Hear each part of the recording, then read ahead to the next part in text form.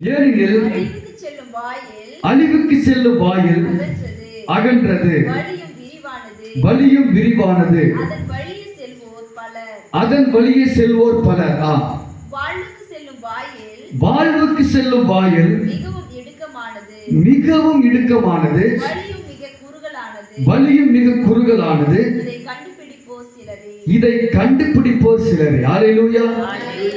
ஆண்டவர் சொல்றாரு, இடுக்கமான வாயில் வழியே வருந்தி முயலுங்கள்.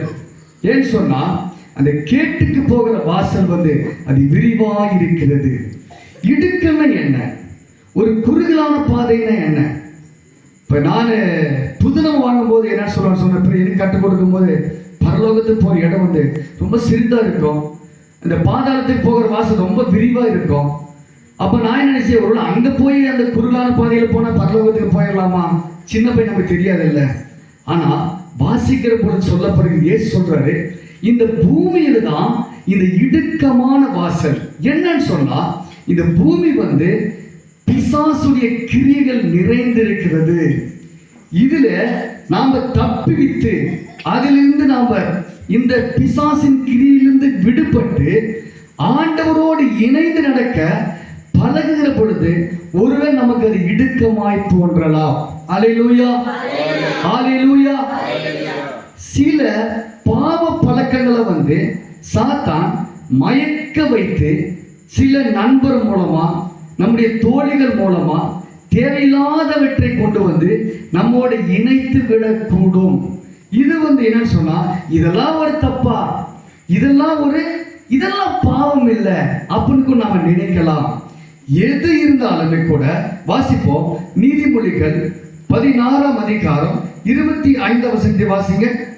நீதிமொழி 16ஆம் அதிகாரம் 25 வசனம். ஒரு பாதை ஒருவருக்கு நல்ல வழி போல தோன்றலாம். ஒரு பாதை ஒருவனுக்கு நல்ல வழி போல தோன்றலாம். அது சாவுக்கு நடத்தும் பாதையாகிவிடும். முடிவுதான் நம்ம கவனிக்க வேண்டும். அல்லேலூயா. நமக்கு ஒரு சொல்றீங்க, ஒரு என்ன சொல்லலாம், இதெல்லாம் தப்பு இல்லை, இதெல்லாம் வாலி வயசுல இதெல்லாம் பிரச்சனை இல்லை, ஏதாவது சொல்லி நம்மை மதிமயக்கத்தக்க பிசாசு எப்பொழுதுமே வஞ்சிக்கிறவனும் ஏமாற்றுகிறவனும் மனுஷ கொலைபாதகனமாய் இருக்கிறான். ஆண்டவர் சொல்லுகிறார், இடுக்கமான வாசல் வழியே நாம் வருந்தி முயல வேண்டும். அல்லேலூயா. இந்த பூமியில பரிசுத்தமாய் வாழ அர்ப்பணிச்சிட்டோம்னு சொன்னா, நாம் நடக்கிற ஒவ்வொரு ஸ்டெப்புமே அது கண்ணு கருத்தமாக இருக்க வேண்டும். அல்லேலூயா.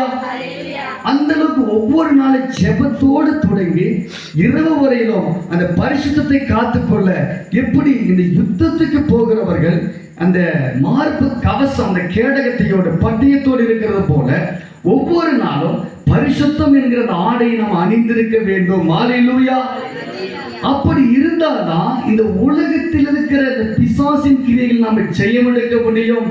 அதனாலதான் தன்னுடைய சிலுவையை சுமந்து என்னை பின்பற்றுகிறவன் என் சீடன், ஆனால் சிலுவை சுமக்காமல் என்னை பின்பற்றுகிறவன் என் சீடன் என்று சொல்ல அவன் தகுதியற்றவன் என்று ஆண்டவர் சொல்லுகிறார். இங்க பார்க்கிறோம், இடுக்கமான வாசல் வழியே நாம் வருந்தி முயலதான் இந்த இரவு நேரத்துல தூக்கத்தை எல்லாம் நாம விட்டு இந்த ஜெபத்தை நாம் அமர்ந்திருக்கிறோம். அல்லேலூயா, அல்லேலூயா. இங்கு உரைக்கப்படுகிற ஒவ்வொரு சகோதர ஃபாதர் மூலமா இருந்தாலும் சரி, ஜெப வேலையா இருந்தாலும் சரி, இவை எல்லாமே நம்மை பயிற்றுவிக்கிறது. அல்லேலூயா. எல்லாமே கற்றுக் கொடுக்கப்படுகிறது. வேதத்திலிருந்து தான் வார்த்தைகள் ஆண்டவர் நம் மூலமாய் பேசுகிறார். அப்ப இடுக்கமான வாசல் வழியே வருந்தி முயலுங்கள். கேட்டுக்கு போகிற வாசல் அது விரிவும் அது விசாலமா இருக்கிறது. தப்பு பண்றது விசாலமா இருக்கிறது. பரிசுத்தமாய் நடக்குன்னு சொன்னா நம்ம கஷ்டப்பட்டு தான் ஆக வேண்டும். அல்லேலூயா, அல்லேலூயா. அதனாலதான் ஆண்டவர் சொல்லுகிறார், வருந்தி முயல அர்ப்பணிச்ச பொழுது நிச்சயமாகவே கர்த்தர் நம்மை கரம் பிடித்து நடத்துவார். அப்ப மனுஷர்களுக்கு செம்மையாய் தோன்றுகிற வழி இருக்கலாம், இதெல்லாம் ஒரு தப்பு இல்லைன்னு கூட நினைக்கலாம், ஆனா அதன் முடிவுதான் நம்ம கவனிக்கத்தக்கது. ஏசாயா 55ஆம் அதிகாரம் 7ஆம் வசனத்தை வாசிங்க. ஏசாயா 55ஆம் அதிகாரம் தம் தம் வழிமுறையையும் ஆ, தீயவர் தம் எண்ணங்களையும் விட்டு விடுவார்களாக. தீயவர் தம் எண்ணங்களையும் விட்டு விடுவார்களாக. ஆ, அவர்கள் ஆண்டவரிடம் திரும்பி வரட்டும். அவர்கள் ஆண்டவரிடம் திரும்பி வரட்டும். அவர் அவர்களுக்கு இரக்கம் காட்டுவார். அவர் அவர்களுக்கு இரக்கம் காட்டுவார். அவர்கள் நம் கடவுளிடம் வரட்டும். அவர்கள் நம் கடவுளிடம் வரட்டும். ஏனெனில் மன்னிப்பதில் அவர் தாராள மனத்தினர். மன்னிப்பதில் அவர் தாராளம் உள்ளவர். ஹல்லேலூயா, ஹல்லேலூயா. மன்னிக்க அவர் கர்த்தர் இயேசு கிறிஸ்து தாராளமாய் இருக்கிறார். பாவத்தை அறிக்கையிட்டு விட்டு விடுகிறவன் நிலை வாழ்வு பெறுவான்.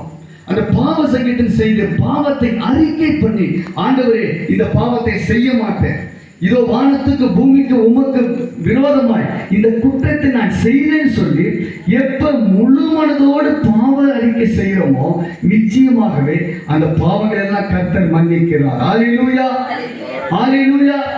பாவ அறிக்கை பண்ணி ஆண்டவரோடு நம்ம ஒப்புரவாகிறோம், கர்த்தரோடு நம்ம இணைகிறோம். மறுபடியும் இந்த தீமை நான் செய்ய மாட்டேன் என்று சொல்லி எப்ப நம்ம உறுதி எடுக்கிறோமோ ஆண்டவர் நமக்கு பலன் கொடுப்பார். ஹல்லேலூயா, ஹல்லேலூயா. வாசிப்போம் கலாத்தியர் 5ஆம் அதிகாரம் 24 வசனத்தை வாசிப்போம். கலாத்தியர் 5ஆம் அதிகாரம் 24 வசனம். கிறிஸ்து இயேசுவுக்கு உரியவர்கள் கிறிஸ்து இயேசுவுக்கு உரியவர்கள் தங்களுடைய ஊழியத்தில் அவர்கள் எல்லா அந்த இழி